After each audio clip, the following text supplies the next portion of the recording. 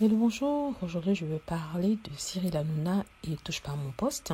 Je parle d'eux parce qu'en fait on a appris que le taux d'audience pour l'émission est au plus bas parce que certains trouvent que l'émission ne fait que répandre des fake news. Ils ne sont pas contents de ce qui se passe. Alors c'est une émission qui marchait très très bien et parce qu'elle marchait très très bien, les autres personnes du PAF, du paysage audiovisuel français, étaient très énervées. Donc ça a créé des jalousies et le CSA s'en est mêlé plusieurs fois parce que bien sûr il y avait des dérapages. Voilà, tout le monde appelait à la fin de Touche pas à mon poste parce que soi-disant ça rendait les gens bêtes, ça rendait les gens idiots, parce que vraiment ça volait pas haut. Donc par rapport à ça au début ça ne dérangeait pas, je trouvais que les gens ont le droit de se détendre un peu, on n'a pas besoin de vouloir tout le temps se cultiver en regardant des émissions qui sont faites pour la culture.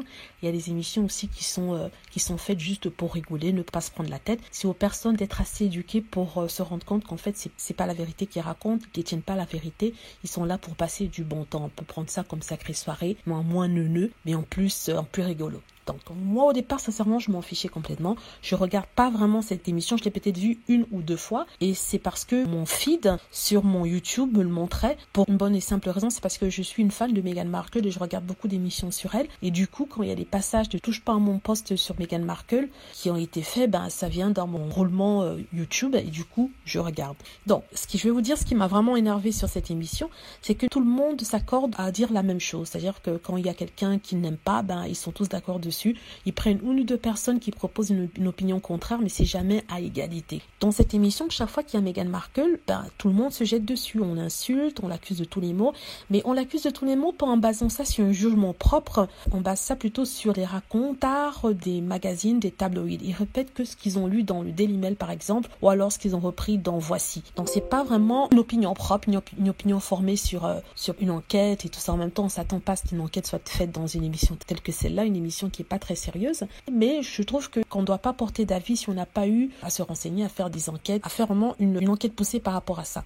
Donc je trouve qu'ils amenaient tout le temps des directeurs du magazine Voici pour parler et eux ils étaient toujours horribles avec Meghan Markle. Et à partir du moment que je trouve qu'il y avait quand même un avis biaisé dessus, il y avait quand même une certaine partialité par rapport à Meghan Markle et je me suis dit s'ils le font à Meghan Markle, ils doivent le faire à d'autres personnes. Du coup je me suis dit cette émission ne me semble pas si bonne que ça parce qu'en fait ils donnent des avis sur Meghan Markle par exemple ou alors d'autres personnes sans pour autant que ce soit basé sur des faits. Et c'est ça qui m'a beaucoup gênée. C'est pour ça que maintenant, quand on tape dessus, ça me dérange pas. Comme Meghan Markle vend, et ça va encore plus si on lui tape dessus, ils sont tombés dans le lot de ceux des Meghan Markle haters et des trolls.